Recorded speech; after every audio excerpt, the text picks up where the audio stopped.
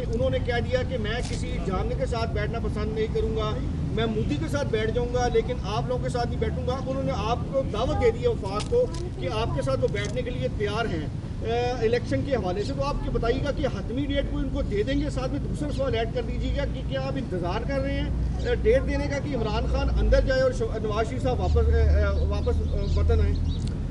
دیکھیں, عمران خان صاحب نے اگر اندر جانا ہے تو وہ انہوں نے اپنے کالے کرتوتوں کی وجہ سے جانا ہے.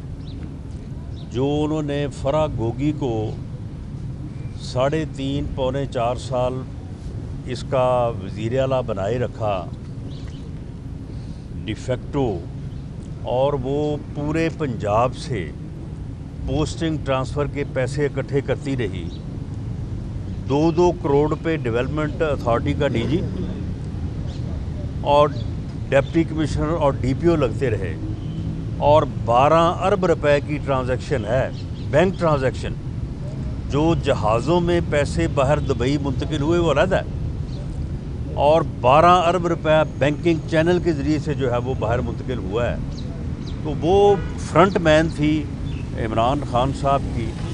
تو اگر انہوں نے جیل جانا ہے یا ان کے خلاف کو کیس بننا ہے تو وہ ہم تو نہیں بنا رہے, یہ ان کے اپنے کالے کرتوت ہیں جن کا انہوں نے کبھی جواب نہیں دیا, کبھی جواب نہیں دیا.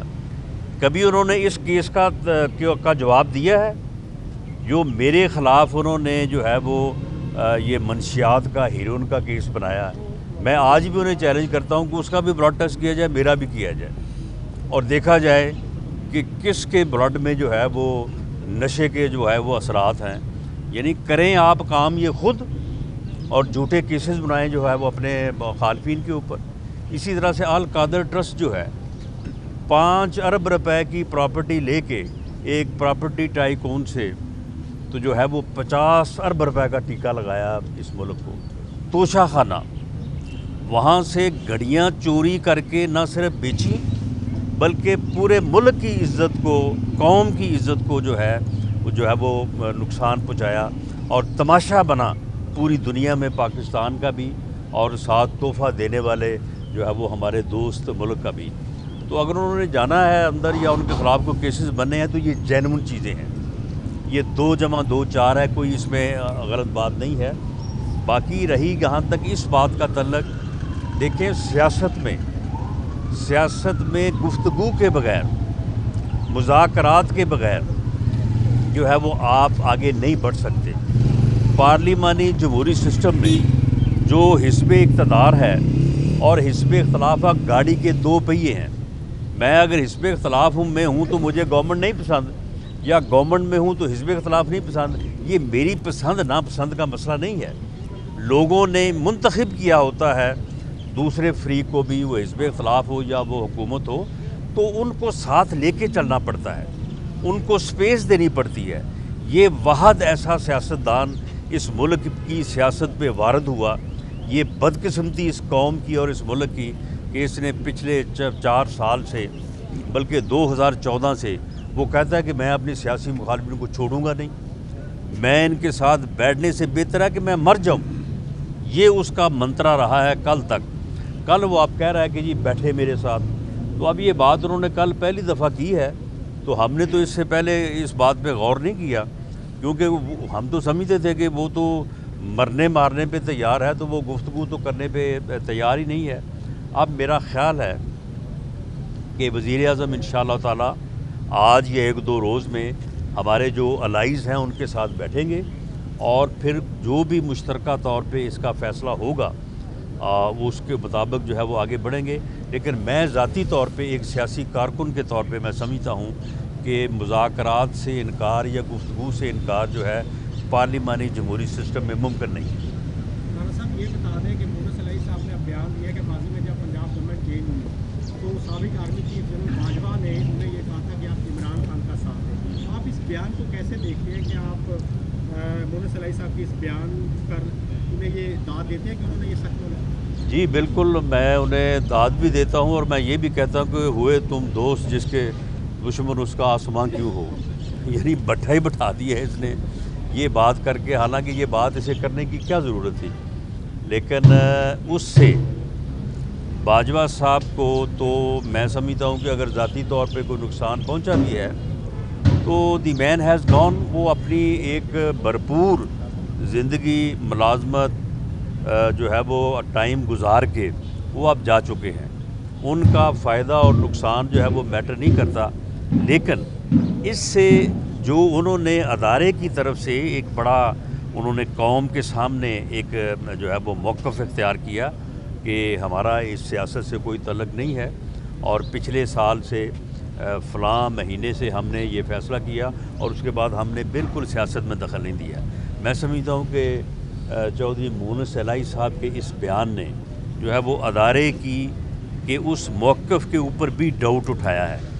ये मैं समझता हूँ कि इसकी क्लैरिटी जो है वो होनी चाहिए और हमें पूरा यकीन है और कौम को भी पूरा यकीन है कि हमारी अस्करी क़यादत और इंस्टीट्यूशन जो उन्होंने कौम के साथ पब्लिक कमिटमेंट की है DGISPR ने और DGI ने, वो दुरुस्त है और उसी के मुताबिक जो है वो अदारा अपना कौमी फ़र्ज़ और इस मुल्क की खिदमत जो है वो उसको अंजाम देगा ताकि सियासत आगे बढ़े और मामलात जो हैं वो पाकिस्तान की बेहतरी में जो है वो आगे बढ़े।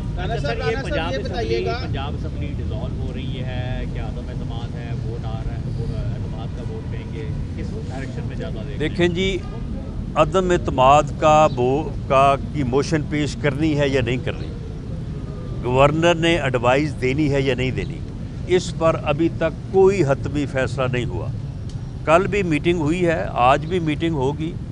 उसके बाद हम अपने कायदे मोहतरम मियां नवाज शरीफ साहब से भी इंस्ट्रक्शन, गाइडेंस, एडवाइस लेंगे। इसके ऊपर अभी तक कोई फ़ैसला नहीं हुआ।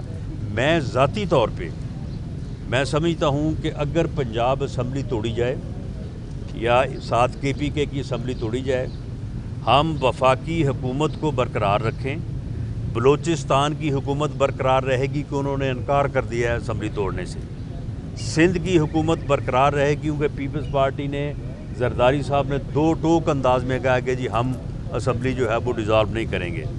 तो फिर अगर वफाकी और दोनों सूबों की हुकूमतें बरकरार रहें और पंजाब में भले ज़िमनी इलेक्शन हो या जनरल इलेक्शन हो असम्बली का, तो हम बेहतर पोजीशन में होंगे और एक ऐसी पोजीशन में होंगे कि इंशाअल्लाह ताला जो पंजाब में जो इन्होंने जो है वो एक बात बनाई हुई जी हमारी पॉपुलैरिटी, हमारा नैरेटिव, कुछ नहीं है, कोई पॉपुलैरिटी नहीं है, कोई नैरेटिव नहीं है।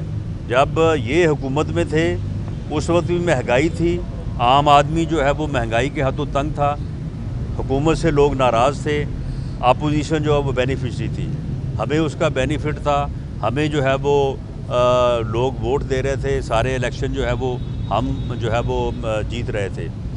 जब हम आए हैं हुकूमत में तो इसमें कोई शक नहीं है कि हम महंगाई में कमी नहीं ला सके। हम जो तबाही इमरान खान साहब की हुकूमत ने 3.5 पौने 4 साल में, अभी तक हमने उसको जो है वो कंट्रोल किया है। आने वाले वक्त में हम इस महंगाई को भी कंट्रोल करेंगे और जब इलेक्शन में जाएंगे तो लोगों के सामने रखेंगे हम हक़ाइक़ कि जी इसमें हमारा कोई गुनाह नहीं है, ये कुछ 6-7 माह में ये तबाही नहीं हुई, ये तबाही जो है वो पिछले 4 साल से हो रही थी। और हमें उम्मीद है कि लोग इस बात को जो है वो सुनेंगे, मानेंगे। अगर हमारी बात कम सुनेंगे तो इंशाअल्लाह ताला मियां नवाज शरीफ साहब की पूरी बात सुनेंगे जो कि इलेक्शन कैंपेन में PMLN की क़यादत करेंगे। इंशाअल्लाह ताला हम इलेक्शन जो है पंजाब में अक्सरियत हासिल करेंगे। राना साहब ये बताइएगा कि मियां नवाज शरीफ साहब की वापसी का हुकूमत के जाने का इंतज़ार किया जा रहा है, और दूसरा ये भी इसमें ऐड कर दें कि क्या परवेज़ इलाही से आपके कोई बैकडोर राब्ते हो रहे हैं या होंगे या उनको आपने साइडलाइन कर दिया है? नहीं, मैं किसी की पोजीशन को इस तरह से ख़राब नहीं करनी चाहता। कोई परवेज़ इलाही साहब के साथ हमारे कोई बैकडोर जो है वो राब्ते नहीं है। मुज़ाकरात की अगर बात हुई या फ़ैसला हुआ तो वो फिर बिल्कुल आवाम के सामने होगा। जहाँ तक मियां नवाज शरीफ साहब का तल्लक है, ये बात तय है कि भले वो पंजाब असम्बली के इलेक्शन हो या जनरल इलेक्शन हो, ये बात तय है कि इंशाअल्लाह ताला मियां नवाज शरीफ साहब जो है वो वापस आएंगे। इलेक्शन अगर दिसंबर में शुरू होते हैं तो दिसंबर में आ जाएंगे, जनवरी में शुरू होते हैं जनवरी में आ जाएंगे। शेख साहब बड़े पुरज़म हैं और बड़ी यानी कि मशवरे दे रहे हैं। जुलाई को ही जो है वो सारा कुछ जो है वो सामने आ गया था। ऐसे ही वो बढ़ के लगाता रहा कि जी मार दो, जला दो, ये कर दो, वो कर दो। जब वक्त आया तो फिर उस वक्त वो इतना जो है वो ज़ेरे ज़मीन गया, इतना गहरा चला गया कि वो किसी को मिला नहीं। तो उसके मशवरों के ऊपर मेरा नहीं ख्याल कि PTI ने कोई पहले अमल किया है या अब अमल किया है, उनके मशवरों की कोई हैसियत नहीं है। Thank you ji.